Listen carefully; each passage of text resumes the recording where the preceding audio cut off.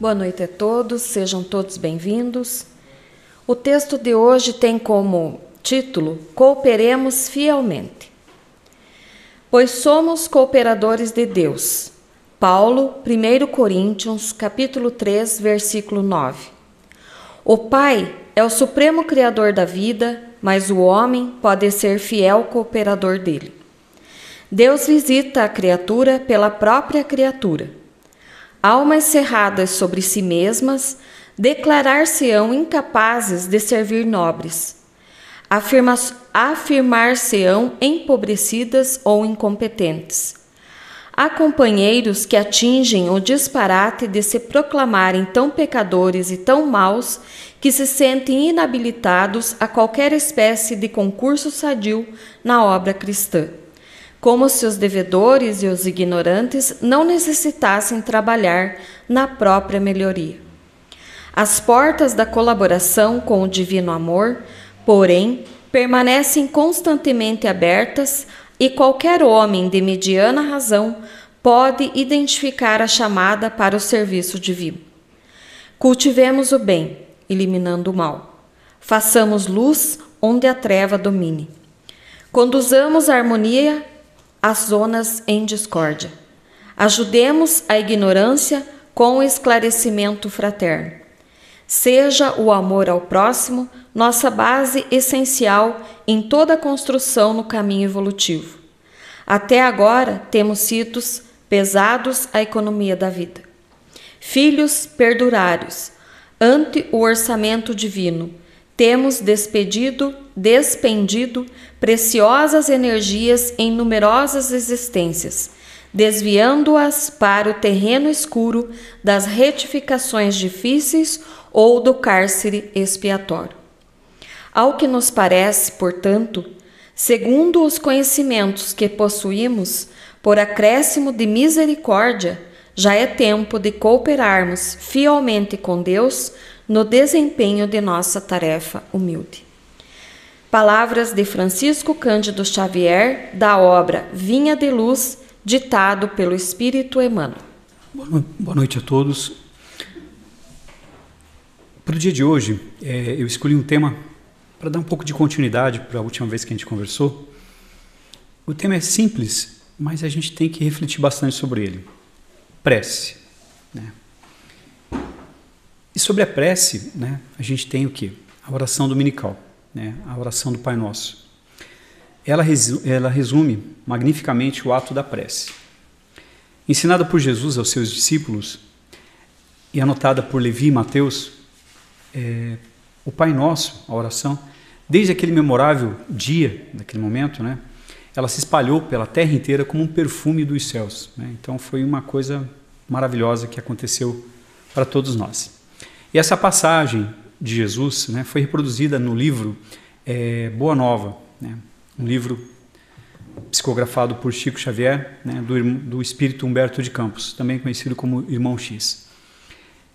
O que eu acho incrível na literatura espírita é que você consegue viajar no tempo, voltar lá naqueles momentos e ver as situações que realmente aconteceram.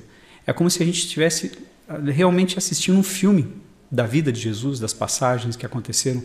Então elas são muito ricas, né? Então são passagens que complementam as passagens da Bíblia, e quem gosta de estudar a Bíblia e ver os livros espíritas, a gente consegue enxergar coisas assim realmente muito profundas dos ensinamentos bíblicos, né, que estão lá. Eu vou tomar o ouvido de vocês um pouquinho para que vocês escutem uma passagem, essa passagem especial, que está na página 150 e 151 do livro Boa Nova. Então foi o momento exato em que Jesus ensinou aos discípulos o Pai Nosso. Estando o mestre a ensinar aos companheiros uma nova lição referente ao impulso natural da prece, Simão Pedro, lhe observou. Então aqui a gente consegue ver como os apóstolos eram seres humanos com várias dificuldades, várias limitações, como nós, né? Tinham muita dificuldade. Eles não eram seres prontos, perfeitos, né? Que vieram ali ao lado de Jesus sem nenhum erro. Eles tinham muitas dificuldades. E Simão Pedro fala: Senhor, tenho procurado por todos os modos manter inalterável a minha comunhão com Deus, mas não tenho alcançado o objetivo de minhas súplicas. E que tens pedido a Deus? Interrogou o mestre sem se perturbar. Pensa a gente tendo um diálogo desse com Jesus, né? Tenho implorado a sua bondade que aplane os meus caminhos, com a solução de certos problemas materiais. Ele foi bem franco, ele estava com problemas, com dificuldades materiais, né? A sogra dele estava pressionando ele, então ele queria saber muitas coisas da matéria, porque ele tinha parado de pescar, né? Era um pescador, né? A profissão dele era pesca, e estava seguindo Jesus. Mas a vida seguia, né? Como que ele ia dar conta da família, né? Porque ele tinha filhos, ele tinha esposa, como que ele ia cuidar, né, dos filhos ali? Jesus contemplou longamente o discípulo como se examinasse a fragilidade dos elementos intelectuais que ele podia dispor para a realização da obra evangélica. Quer dizer, ele sabia que os 12 apóstolos dele eram pessoas que tinham limitações, como todos nós, né? Mas eram aquelas pessoas que iriam dar continuidade para o evangelho. Contudo, evidenciando mais uma vez o seu profundo amor e bondade, esclareceu com brandura e convicção: Pedro, quando orares pedindo ao Pai satisfação de teus desejos e caprichos, é possível que te retires da prece inquieto e desalentado. Mas, sempre que solicitares as bênçãos de Deus, a fim de compreenderes a sua vontade justa e sábia a teu respeito, receberás, pela oração, os bens divinos do consolo e da paz. O apóstolo guardou silêncio, demonstrando haver afinal compreendido. Um dos filhos de Alfeu, no caso Mateus, Levi Mateus, reconhecendo que o assunto interessava sobremaneira a pequena comunidade ali reunida, adiantou-se para Jesus pedindo: Senhor, ensina-nos a orar. Então, depois desse diálogo que Jesus teve com Pedro, Mateus pediu a Jesus que ele ensinasse a como fazer uma oração. Dispondo-se então em círculo e como se mergulhasse no pensamento, num invisível oceano de luz, o Messias pronunciou pela primeira vez a oração que legaria à humanidade. Elevando seu espírito magnânimo ao Pai Celestial e colocando seu amor acima de todas as coisas, exclamou: Pai nosso que estás nos céus, santificado seja o teu nome. E ponderando que a redenção da criatura nunca se poderá efetuar sem a misericórdia do Criador, considerada a imensa bagagem de imperfeições humanas, continuou: Venha a nós ao teu reino, dando a entender que a vontade de Deus, amorosa e justa, deve cumprir-se em todas as circunstâncias. Acrescentou: Seja feita a tua vontade, assim na terra como nos céus, esclarecendo que todas as possibilidades de saúde, trabalho e experiência chegam invariavelmente para os homens, da fonte sagrada da proteção divina. E prosseguiu: O pão nosso de cada dia dá-nos hoje, mostrando que as criaturas estão sempre sob a ação da lei de compensações e de que cada uma precisa desvencilhar-se das penosas algemas do passado obscuro pela exemplificação sublime do amor. E acentuou: Perdoa-nos as nossas dívidas, assim como nós perdoamos aos nossos devedores. Conhecedor, porém, da fragilidade humana, para estabelecer o princípio de luta eterna dos cristãos contra o mal, terminou sua oração dizendo, com infinita simplicidade: Não nos deixeis cair em tentação, e livra-nos de todo o mal, porque são teus o reino, o poder, a glória para sempre, e assim seja. Então Levi, que era o mais intelectualizado de todos os discípulos, que tinha mais conhecimento, anotou todas as palavras de Jesus, porque naquela época, gente, não era todos que sabiam escrever, então era um privilégio de poucos a escrita. E através dessas escritas que o Pai Nosso chegou até nós hoje. Então, essa oração do Pai Nosso é uma oração que simboliza muito os nossos anseios, os nossos desejos, as nossas pedidas, ao Criador. A receita da oração foi dada, mas o que falta para que ela funcione para a gente? Porque às vezes a gente está em situações de desespero, de desânimo, doenças na família, problemas com os filhos, envolvimento com drogas, desemprego, pessoas na família que suicidam-se, tantas dificuldades com o esposo, com a esposa, com os filhos, com os irmãos, quantas dificuldades a gente tem, e a gente faz a nossa oração desejando que a coisa se resolva, e a gente pensa: poxa vida, eu tenho tanta fé trabalho tanto, né? Sou uma pessoa boa e a minha oração parece que não é ouvida por Deus, né?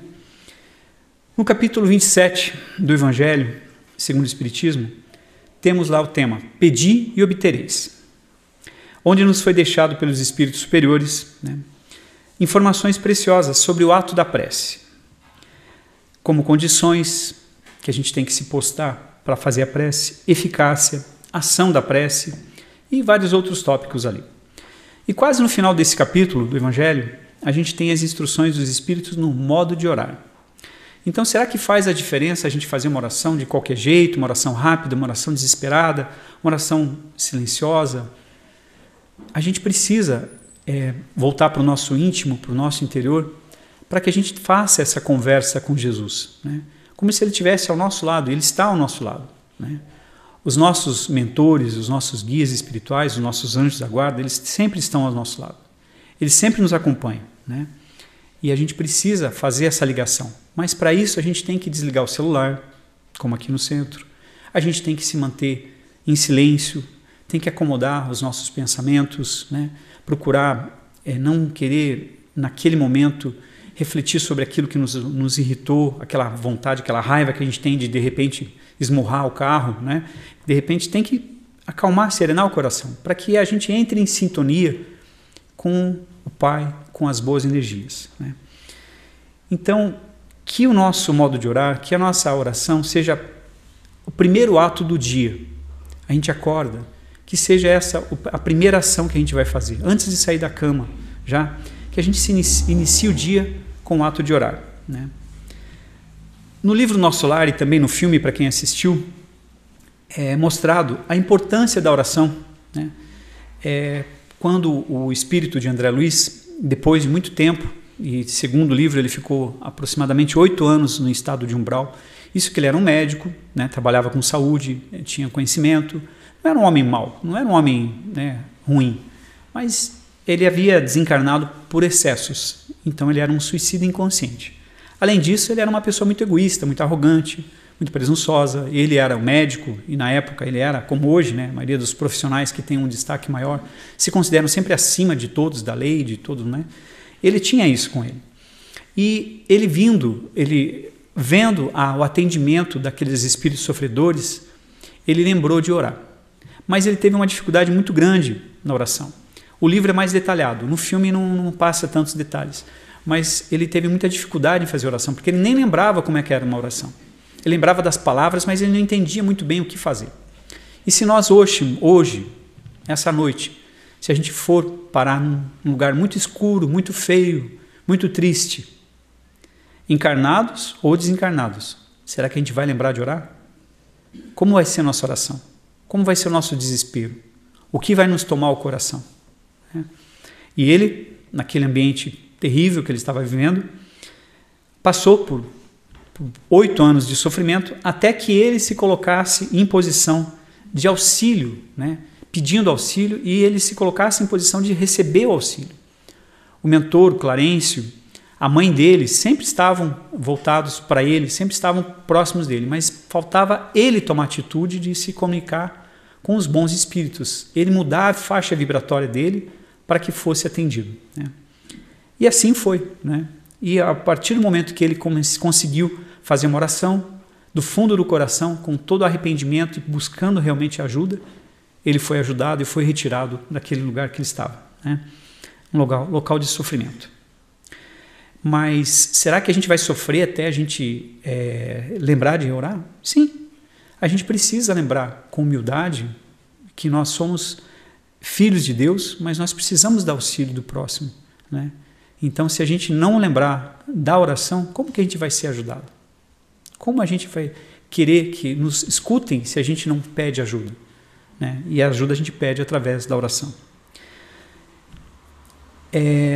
No livro e no filme mostram também que lá, depois que ele foi recebido, foi recolhido, ele teve a notícia de que apenas 2 pessoas faziam orações para ele, orações, né, de gratidão para ele.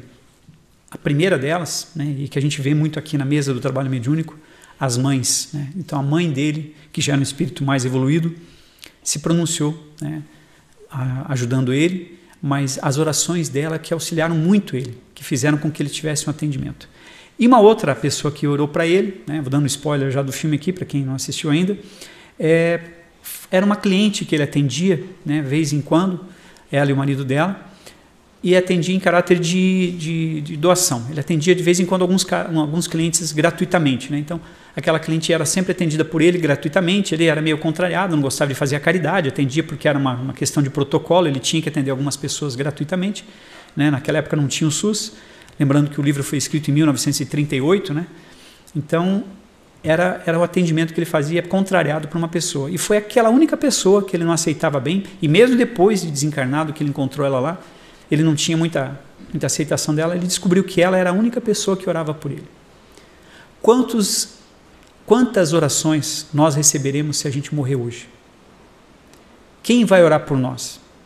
Nossa mãe, nosso pai, nossos filhos, nossos irmãos, nossos vizinhos, nossos empregados, nossos chefes? Quem vai orar por nós?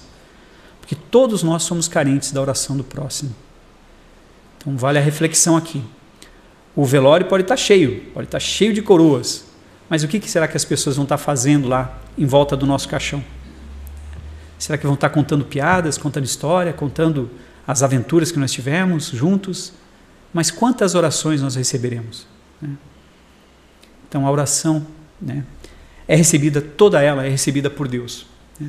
E através dos seus trabalhadores espirituais, né, dos nossos espíritos protetores, dos mentores, dos representantes de todos os espíritos de luz, né, que a gente pode chamar conforme a crença de anjos, né, de santo, né, fazer uma oração para Santo Antônio, né, não interessa que forma a gente faz, todas as orações serão atendidas, serão entregues. Né. Esse é um WhatsApp que sempre vai estar ativo, nunca vai estar fora de área. Eles vão receber a nossa oração. Né. Agora, o que nós receberemos dessa oração é uma outra conversa. Por quê? O atendimento aos pedidos das orações, né, ela está diretamente ligada com alguns critérios. Ao critério da individualidade, do merecimento e do propósito. Então, qual é o meu merecimento na minha oração? Eu estou fazendo uma oração pedindo o quê? Coisas materiais? Coisas espirituais? Eu mereço? Será que eu estou pronto para receber aquilo que eu estou pedindo? Né? Será que isso vai ter um propósito edificante na minha vida? Né? Chico Xavier, ele usava uma expressão assim bem radical, dizendo assim que a oração de uma mãe arromba as portas dos céus. Ele queria dizer com isso assim que a força do amor colocada numa oração pelas mães é muito grande, né? E ela vai chegar, sem dúvida nenhuma, até o mais alto, né, destino, né, que seja Deus, que sejam os espíritos emissários ali. Então toda mãe, quando ora, ela vai ter um atendimento em especial, né, daquilo que ela pede. E geralmente a mãe pede pelo filho, pede pelo amor, pelo equilíbrio, pelo restabelecimento da saúde, pela mudança de atitude. Né. Dificilmente uma mãe faz oração pedindo para o filho ficar milionário, ganhando a loto. Né. Pode ver, quem é mãe já sabe disso. Né. Então, aí a gente consegue analisar melhor o teor das nossas orações, como a gente deve proceder. Né. Então, podemos pedir aos céus coisas da matéria? Sim, a gente pode. Pedir um emprego, pedir um trabalho melhor, pedir uma condição melhor de vida. Por que não? Podemos, sim. Mas esses pedidos passam pela peneira. E que peneira que é essa? Do nosso merecimento e do nosso livre-arbítrio. Como assim livre-arbítrio? Porque antes de encarnarmos, todos nós aqui traçamos as metas principais da nossa encarnação. Então todos nós aqui colocamos algumas dificuldades que não vão ser movidas de nós. Algumas doenças mais graves, algumas dificuldades com família maior. Então são dificuldades que a gente precisa passar por aqui. Porque a nossa evolução, ela depende de provas. E a gente tem que vencer essas provas. Um estudante, imagina você consultar com um médico, entregar o teu filho para fazer uma cirurgia para um médico que nunca fez prova nenhuma para saber se ele sabia. Quer dizer que o médico faz uma faculdade e nunca fez prova, simplesmente assistiu às aulas. Como é que ele assistiu essas aulas? Como é que ele fez para provar que ele realmente mereceu ter o diploma dele? A gente não vai confiar nesse médico. Né? E como é que a gente vai confiar na nossa evolução se a gente não passou por dificuldades, por provas? Né? Então as provas são necessárias, são coisas que a gente vai passar por elas, querendo ou não. Podemos pedir aos céus? Podemos, né? Mas tudo está relativo ao nosso livre-arbítrio, ao nosso merecimento. Mas, então a gente pode concluir que vai ser muito mais produtiva a oração quando a gente pede as coisas do Espírito. Então essas orações serão muito mais bem direcionadas, né? E vão receber muito mais assistência. Não existem vítimas inocentes, como nos ensina a lei de causa e efeito e a lei da reencarnação. Então, por maior que sejam as dificuldades, por pior que seja meu irmão, né? Eu tenho mais 7, né? Então aqueles que só têm 1 ou 2, vocês deem por felizes, né? Mas quem tem mais irmão sabe que tem aquele irmão mais difícil, mais complicado de lidar. Se ele veio como meu irmão, se ele está comigo nessa encarnação, é porque alguma coisa eu tenho que aprender com ele e ensinar para ele e suportar dele e retribuir para ele e tentar auxiliá-lo. Seja meu irmão, seja meu filho, seja minha esposa, seja meu pai, né? Então todos nós aqui estamos em aprendizado. Segundo a lei de causa e efeito, a lei de reencarnação, se hoje eu sou injustiçado, entre aspas, né, é porque alguma coisa, se eu não fiz nessa mesma encarnação, provavelmente foram das outras. No livro dos Espíritos, a gente percebe, no Evangelho também, as passagens que tratam sobre as dificuldades dessa encarnação são muito maiores do que as passagens que se tratam das encarnações passadas. Então, os nossos erros de hoje, dessa encarnação, refletem muito mais sobre as nossas dificuldades hoje. As nossas más escolhas nos dificultam bastante, né? A nossa vida, o nosso entendimento. O sofrimento de hoje, gente, possibilita o voo, né, do espírito amanhã para regiões cada vez mais belas e felizes. A nossa evolução é uma coisa que não tem como fugir dessa. Todos nós somos espíritos perfectíveis. Nós somos feitos para irmos em direção à perfeição. Perfeição pura é Deus, isso ninguém vai atingir. Mas todos nós somos feitos para sermos perfeitos. A gente olhando pelas cidades, olhando para outras cidades, olhando para outros países, outras comunidades, a gente vê tanta dificuldade, quanta gente passando por dificuldades ainda, quanta intolerância, agora na época que se aproxima das eleições, quanta intolerância política, quanta dificuldade desse ou daquele partido, daquelas pessoas, a gente não aceita esse, aquele, aquela bandeira dessa qualidade, daquela outra qualidade, e a gente vê assim quanto nós teremos que evoluir ainda para a nossa humanidade chegar no mundo de regeneração, né? Nós estamos saindo da prova e expiação para entrar no mundo de regeneração. Quer dizer, quanta coisa ainda vai ter que acontecer para que a gente melhore, né? No livro O Consolador, do Espírito Emmanuel, psicografado por Chico Xavier, temos um ensinamento muito profundo que diz assim, que a alma humana se levará a Deus através das 2 asas, o sentimento e a sabedoria. Então, todas as nossas emoções, elas devem ser purificadas com a nossa evolução, com as nossas dificuldades, para que elas se transformem em sentimentos mais puros, mais nobres, mais profundos, porque com os sentimentos mais puros, a gente vai ter maior condição de aplicar o nosso conhecimento. Então, muita gente aqui já tem mais de 1000 livros lidos, tem 500 livros lidos, já leu o Evangelho 10 vezes, já leu o Livro dos Espíritos, já sabe de cor e salteado. Tem gente que eu conheci que já leu 3, 4 vezes a Bíblia. Mas o que a gente faz com esse conhecimento, né? Se a gente não aplicar o conhecimento, ele não vira sabedoria no nosso íntimo. E sem a sabedoria, né, com uma asa só, a gente não consegue voar. O conhecimento de hoje vai fazer com que a gente possa aplicar em nossas vidas, né, o aprendizado para que a nossa vida seja mais correta, melhor, para que a gente aceite com mais resignação os desafios e os sofrimentos da matéria. Então, todas as nossas dificuldades de hoje serão melhores aceitas se a gente tiver a sabedoria, né, de passar por elas, né? Pela graça de Deus, né, recebemos o livre-arbítrio, né? E com ele a gente ainda pode escolher, pelo amor ou pela dor. O apóstolo João, mais precisamente, eu me confundi aqui, mas é uma frase dita por Pedro, diz assim, que a gente escolhe pelo amor ou pela dor, né? o amor uns para com os outros cobrirá a multidão de pecados. A gente sabe que isso é tudo uma frase, né, que tem uma profundidade muito grande, não dá para a gente levar ao pé da letra, porque todos aqueles que erramos, todos nós teremos que resgatar os nossos erros, né?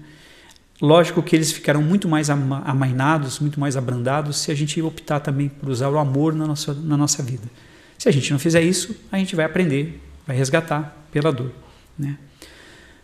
O Espiritismo ele não faz apologia ao sofrimento, quer dizer que o sofrimento não é uma coisa única para a nossa evolução, mas a oração, né? E é isso que o Espiritismo nos ensina, pedindo sustento para enfrentar melhor os nossos sofrimentos, as nossas dificuldades. É o melhor meio da gente enfrentar a dor, é com a resignação, né? A dor existe por algum propósito, para que a gente tome atitude, tire a mão da chapa que está queimando a nossa mão, que a gente se mova em direção à nossa evolução, né? Então, a oração de hoje, ela nos liga ao Criador, né? Desde que ela seja feita com humildade, com profundidade, com reconhecimento de todos os benefícios recebidos pela misericórdia de Deus. A gente tem que ser grato pela noite que a gente acabou de ter, pelo dia que se inicia, pedir graças realmente para as alegrias espirituais que a gente precisa, como a paciência, a resignação e a fé, que a gente precisa pedir a nossa melhoria moral. Nós estamos todos aqui para a gente evoluir moralmente, porque sem a gente estar com a moral melhorada, a gente não vai evoluir. A gente vai continuar nascendo, reencarnando aqui, até a gente aprender a tomar outras atitudes que não essas que a gente já fez antes. Então, pedir antes de tudo na oração que a gente se torne pessoas melhores, né? Isso permitirá que as bênçãos de Deus caiam sobre a nossa vida como torrentes, como literalmente uma chuva muito forte, né? E as consolações sejam derramadas sobre nós. Orar sempre, incessantemente, diariamente, né? Como nosso dever maior, para com a nossa evolução, para com o cumprimento da nossa vida, né? Então a oração é muito importante para todos nós. E a gente acaba esquecendo disso. A gente às vezes sai viajar, vai para alguns lugares diferentes, foge um pouco da nossa rotina, a gente para de orar, para de pedir, né? Para de agradecer, porque a gente precisa agradecer. Todos nós somos herdeiros do amor de Deus, né? Desse amor incondicional. E para que a gente possa receber essa herança, né, do amor, a gente precisa aprender a amar, né? Então, amar a Deus sobre todas as coisas e amar ao próximo como nós mesmos, né? Como nos ensinou Jesus. Muito obrigado.